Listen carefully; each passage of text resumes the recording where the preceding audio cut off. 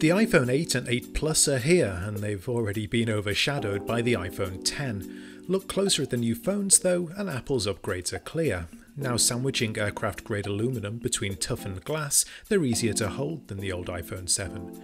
Apple is stuck with the same screen sizes, 4.7 inches for the iPhone 8 and 5.5 inches for the 8 Plus. Those with bigger fingers or poor eyesight should probably stick to the larger handset, as it's much easier to type on and you can really crank the font size up. New on these 8s is True Tone. The display technology is borrowed from the iPad Pro and analyses the colour temperature of the ambient light, then matches the screen's white balance to suit.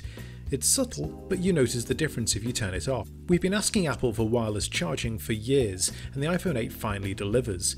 Apple opted for the Qi standard, and the iPhone 8 should work with any Qi-compliant charging pad. Just make sure you line it up right when you drop it in place, as I found it can be fussy on positioning.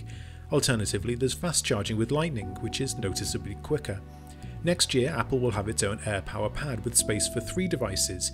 Either way, battery life is about the same as last year's models. Inside, it's fast. The iPhone 8 and 8 Plus get Apple's new A11 Bionic processor, along with the GPU Apple designed itself. iOS 11 runs smooth and clean, and there's plenty of power for the augmented reality apps that Apple believes will be the next big thing in mobile.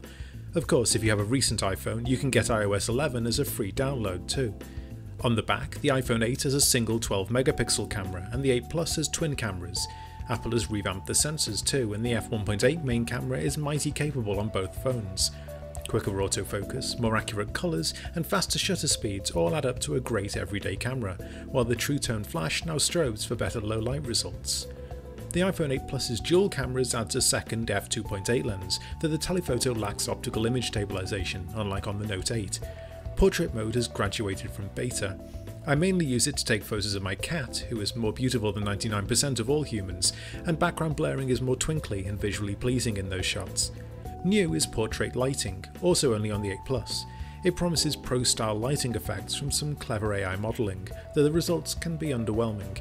Happily, you can switch between settings even after you've taken the photo, so no shot need be wasted. Ironically, the iPhone 8 and 8 Plus's biggest competition is arguably from Apple itself. The iPhone 10 packs more screen inches into a smaller body, replaces Touch ID with face recognition, and won't be mistaken for last year's model in your hand. On the flip side, it's crazy expensive and supplies will be tight. If you hold out for the newer iPhone 10, I can't say I'll blame you, but don't underestimate what the iPhone 8 and 8 Plus offer. They may not look new, but the familiar design hides some all-new powerhouses.